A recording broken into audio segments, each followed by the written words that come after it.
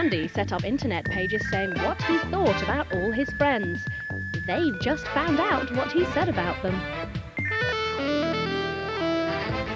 They've both set up their own net pages about the Simpsons, but is it Ian or Piers who really knows most about Bart and his family? Plus, what does the net have to teach Emma Noble about how fans treat women on television?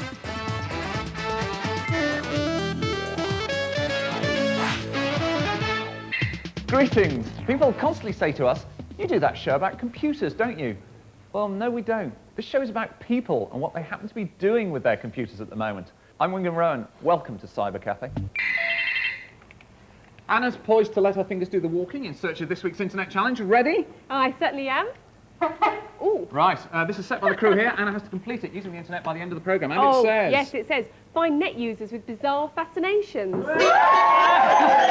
Not too bizarre, because we do have to transmit the results. I've just thought of something. Do you remember we once had adult babies on? That they were so fascinated by babies, they like to wear nappies themselves and stuff? Well, whoever you do find, make sure they're foreign so they don't write in and complain. So, some cheap laughs at the expense of some rather odd people coming up. Anyone can tell the world about their life on the net. Andy, you're 14, you're at school in Canterbury. When you first discovered the internet, what were you using it for? I mainly went into internet chat rooms and started chatting with the people there. That's typing backwards and forwards at them. Yeah, I wanted to start meeting people who are using the net for the same things as me. One of the things you now use the internet for is to create these incredible pages where you give the lowdown on all your mates at school. Yeah. What reaction have you had to them? There hasn't been much of a reaction because only 2 of the people have internet access, only 2 of my friends. So the others haven't seen the pages? No, they haven't, thank goodness. They have now, we've just showed them. How do you think they reacted? I expect they were annoyed. Well, let's see. Let's have Simon Young, of whom you say he is one of the most perverted boys in our class. Tell us why you say that. He just is. Well, the things he talks about. Simon, how did you feel when you saw that on the printout? I thought it was quite insulting, really, because I don't quite agree with him, really. It's quite annoying. Okay, well, let's have on Nick Taylor. You say about him, he is relatively trustworthy, but I wouldn't trust him with any secrets I might have. Are you trustworthy? I think I am. So, Andy, what exactly are we talking about when you put that up on your page? Well, it's just the way I feel. I wouldn't trust him with any really personal secrets. So, Nick, if you were going to set up an internet page about Andy, what would you put on it? He hides his emotions quite a lot. He's like hardly ever smiles. And He's smiling now. of course, he's kind of embarrassed. Let's have on a few more of your mates. There's Peter Rogers, of whom you say he walks around school looking slightly depressed. He doesn't seem to smile much. There's William Millman, you say he needs to get a proper haircut. Actually wash his hair for once. Are you all right there, Andy? Looking a bit coy. You've got Chris Wright, who says he has a stupid laugh which he actually puts on. You can tell it's not his real laugh. And then finally there's Ben Walker, who said, of whom you say he is one of those people who only joins in a conversation to make a really unfunny joke. Why did you choose to put all this on the net rather than just sort of gossiping about it at school? Most people would. I just wanted people to know.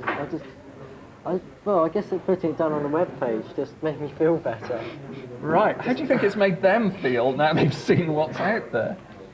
I'm sure they're really annoyed with me. What's the reaction? William, how did you feel when you saw that comment about your hair? I was a bit annoyed with Andy for saying that. Is there anything else anyone else wants to contribute? I think he's like total lie about me, sort of like having a weird laugh and everything, and I don't put it on at all. Anyway, at least I do laugh. And how are you all feeling about what he was saying about you on the internet? Insulted. Right. Peter? I was a bit angry about what he says about me, because it's just like him. I was a bit like that, but I'm not like it anymore. I think he's been describing himself really most of the time. Yeah. So you put all this up and the plan was that nobody would know what you were saying about your mates? Oh, I knew they'd find out eventually. Not necessarily quite so publicly. No. But in what way did it make you feel better putting it all up there? It was just a chance to write down what I felt they were like. Right, well, we've got two more of your friends who have got real payback for you. Let's have Rod and Simon. Now, Rod is actually something of an internet expert. You say about him, he looks like a prat, and believe me, he is. But in fact, he knows quite a bit about you. Tell us what you've been up to on the internet lately, Rod. I've got a bit of a confession because, you know, you were going on about me, about somebody finding out your mail password. Yeah. Well, that was me. You said that you don't like love on the internet, but there's these girls saying things like, Andy, out of all the girls in the world, you chose me. They're friends, Ross. I don't have internet girlfriends at all. That's not what they seem to think. They're good friends, that's all. They think differently, but that's their problem. Apparently you're the cutest guy in the world. What? Who said that? It's in one of your messages. Hayley. Hayley. Oh, God, not me. Yeah, well, if you see my photo. And she's not an internet girlfriend.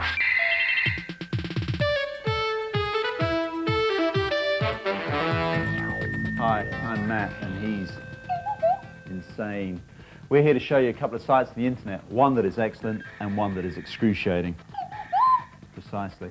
Today we're going to start the ball rolling with two sets of children's TV characters. One lot lived up there in outer space, and the other lived down there, underground. So without further ado, myself and the man with no name will take you on a whistle-stop tour of furry creatures. Clangers! The Clangers was a TV cartoon series dreamed up in the late 1960s when many of our parents were wandering around as high as kites. And it shows, because the Clangers Eat blue string pudding, hang around with the soup dragon, and make a nuisance of themselves with. the iron chicken. The Clangers communicated with each other by whistling. According to this page, the actors had a script that they whistled, and because no one understood, they could whistle things like, Oh, sod it, the bloody thing's stuck again. it's a real shame that children's TV these days isn't half as creative, which is why a net page as fanatical as this is the best of the net. They're invisible to humans, live underground, and pick up all the litter we leave behind. I'm talking about the Wombles. Wombling on the web. Yes, those cute little critters with their litter bags and names just as weird as the Clangers. Names like Orinoco, the lazy one, Tomsk, the strong one, and Tobamori, the DIY Womble. Don't get me wrong, I like this page, but what makes it the worst of the net is this section. The Womble's songs. Oh dear, oh dear, oh dear. There are many, far too many excerpts from the songs recorded by the Wombles. And they don't get any better.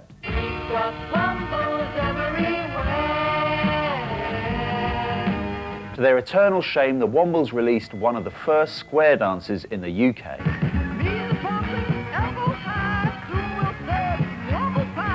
Phil, do you want some Womble pie? No thanks, Matt. The fur gets stuck in my teeth. We're privileged here on Cyber.Cafe to have television star Emma Noble, famous for The Price is Right and Tricky, amongst other shows. She's here to look up some other famous TV presenters on the internet, but before that... You've been going out with John Major's son James. Emma, how's that all going? It's going very well. Excellent. You don't want to give anything away, do you, Emma? No, nothing. Does he ever say something like, I will kiss you when it is right and proper to do so? No, he doesn't. That's a Funnily good thing enough. for him then, isn't it? But he's quite a normal person, you know. Okay. Well, basically, because his father's not exactly normal, is he? His father's He not- is. Well, his father is one of the most hated people He's on when the you're... internet. Is he? I mean, he's yeah, got- he is actually. He's got loads Yeah, of I've read sites where they what just to slag say. him off. Here's a page dedicated to how boring John Major is. Yeah. And it says he has kind of weird, he's had a charisma bypass operation is the quote that we've Right. had.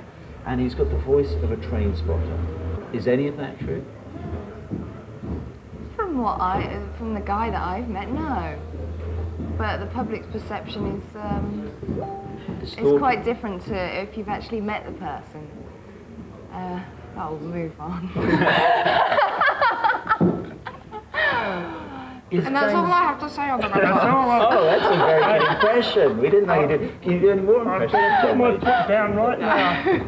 No more about James. When, No more, no when you well, only one. When you first met George and you heard him talk, did you feel like giggling at all, or was it embarrassing? Was it awkward? I was really nervous. We walked through the front door and I just thought, oh, Christ, I'm gonna meet John Moonjo, this is terrible. And it was lovely. Just said, oh, how are you? You know, do you want a cup of tea? And it was like, all right then. They've obviously moved from number 10. Palpitations stopped. More from Emma to come shortly. Anna's been looking for net users with bizarre fascinations. What have you found? Keep it clean. Oh, would I do anything else? There's a brilliant site here. It's called The Butt Crack. Here we are. Oh, wow. Look at What these is that butts. about? Do you like the sight of those? These people have put a site dedicated to the butt crack, and what they've said is it's time to honour the ordinary man who's not too proud to show a little butt crack once in a while. And look at these. It's not an erotic thing, is it? No. Do you think that's erotic? Look at this. No, not me, but some people might, is what I meant. Very sad. Anyway, well, Anna's top 3 net users with bizarre fascinations to You come want to later. hear what I've got? I'm on the trail of the Wet and Messy site, and apparently there's these people who like to throw chocolate and stuff over themselves and get all gooey and gunky and... Wow, well, you do hear about some very odd things. After the break, The Simpsons.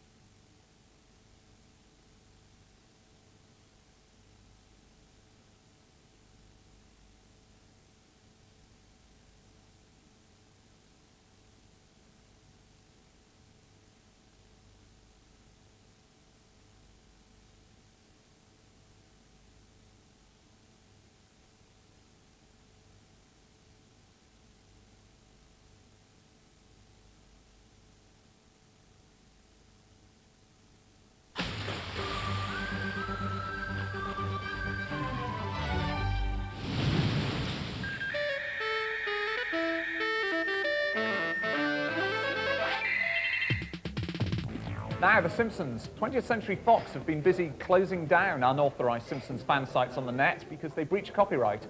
But 2 unofficial Simpsons pages have survived. Battling it out for our top Simpsons prize, here's Ian and Piers. Piers, starting now. What was Maggie Simpson's first ever word? Daddy. In what episode?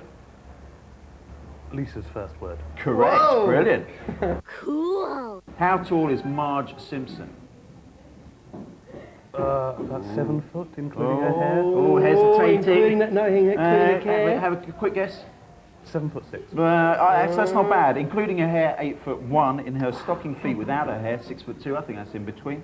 That's according to the official Simpsons net page. So, at the end of that first testing round, the scores are? The scores are nearly perfect, 80 points for Piers. Brilliant. Yes, this is it. Whoa! So now, the impressions round. Piers, you're first. Can I please have your impression of a Marge growl?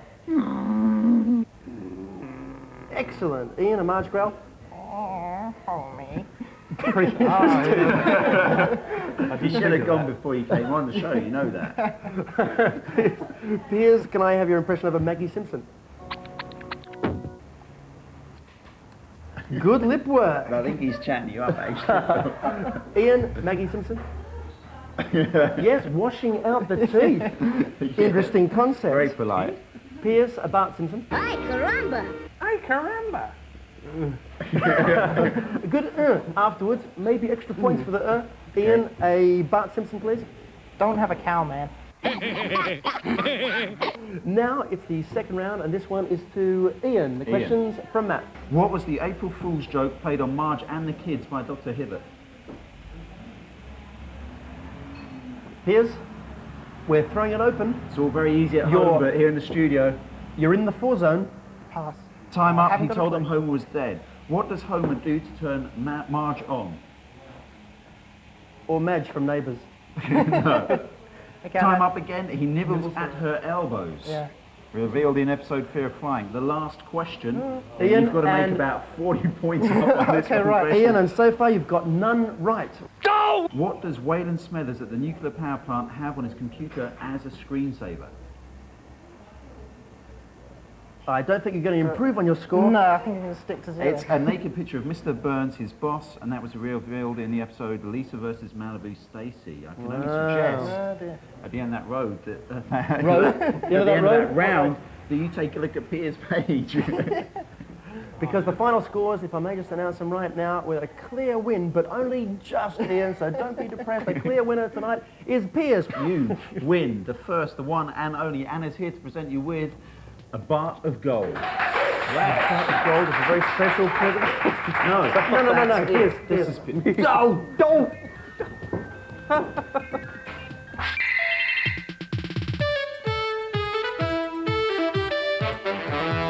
Do you believe in aliens, Matt? I know they exist, but Have you ever been abducted by an alien? I'm more the abductor type. What do you mean? The X-Fools.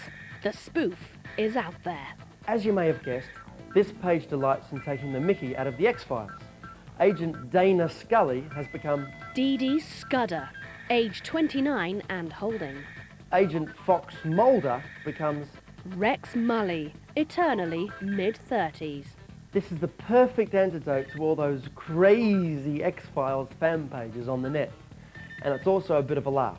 The best part is Abduct This. which is an interactive game where you get the chance to be the pilot of an alien spacecraft and abduct humans and other life forms.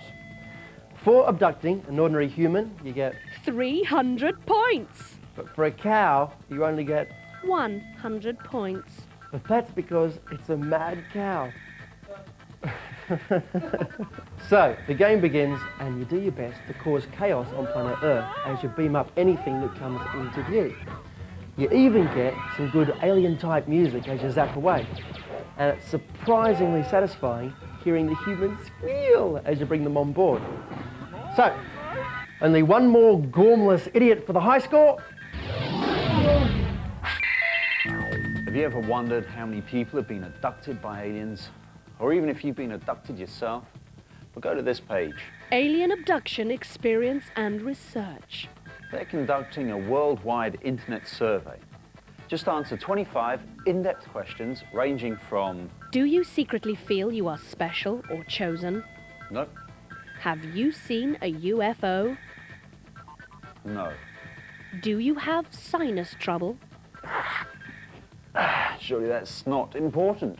Have you had nosebleeds? Yes.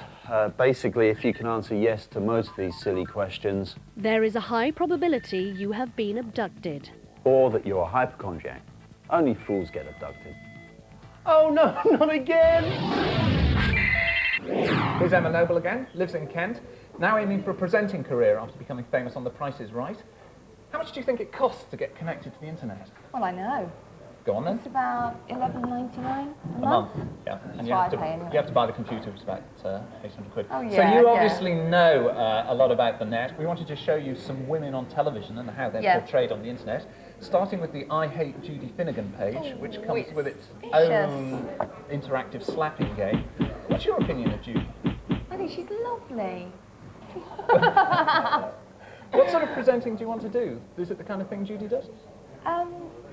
Of course, but I think the thing that I would be better at would be a kind of young people show. I'd love to do a kind of Kilroy for children, or Kilroy for young adults. This site describes Judy as, quote, hideous and lumpy.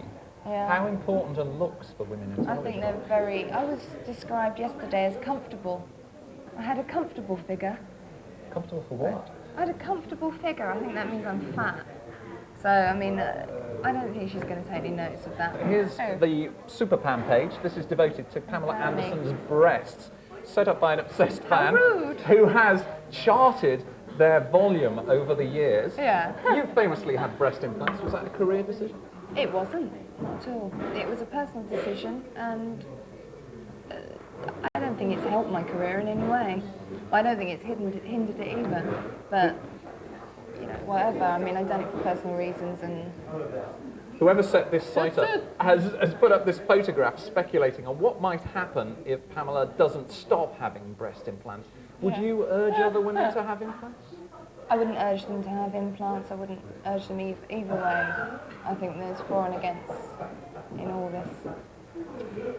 Now, the highest paid female presenter in the world, it's the Why I Hate Oprah Winfrey page. What's your opinion of Oprah's I presenting hate style? Oprah Winfrey. I think she's brilliant. Well, they say that she's now so rich and has such a glamorous lifestyle that she can't possibly talk to real people, she's taken herself ordinary away. people in any meaningful way. I mean, that's a problem you could begin to have. You have a very glamorous lifestyle. Not really. I live in a council house. I don't. I don't think I could. A lot of people I don't think I surprised to could know that. begin to have any problem at the moment. But at the moment, you have Yeah, quite a protective agent. Who's driving your career? Me. They tend to. Why do you say a protective agent? Well, we wanted you to look at game show hostesses on the internet, Yeah. and that was deemed unacceptable because you're no longer to be portrayed as a game show hostess. Right. Well, you know, I think that's acceptable. Well, here's someone who is a game show hostess, and presumably is proud of it. This is Adriana Zianides. She's the Right. hostess of Wheel of Fortune in Yep. Australia. This is a site dedicated to her, and her tragic story is that after 15 years on the show, the fame and pressure of it all got too much for her, and she had a nervous breakdown.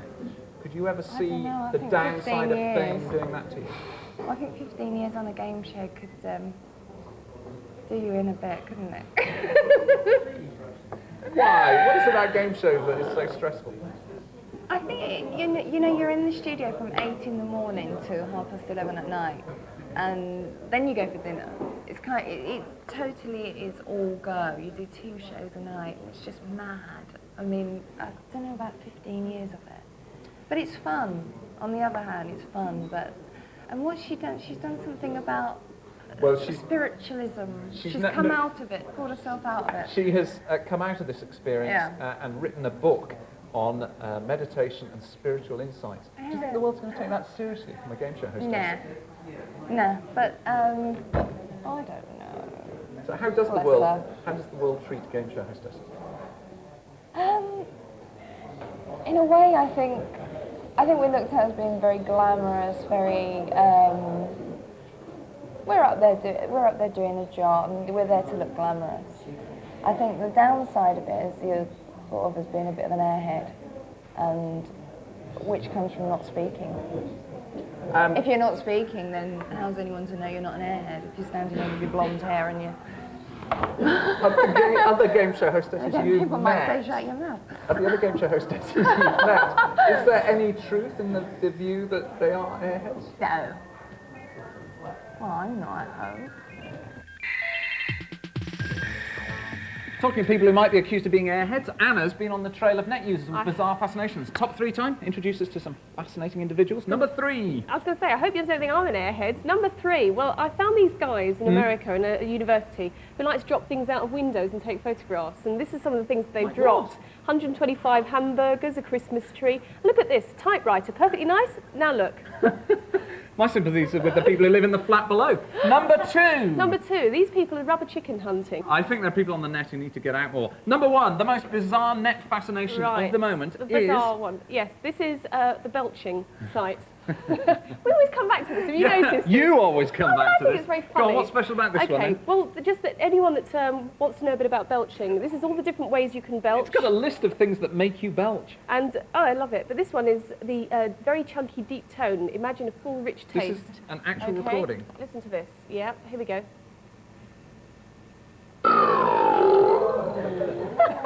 And as the ghastly echoes die away, time to say our net address coming up. Send us an email if you've got a story to tell about your online life. Don't worry, we're very broad-minded.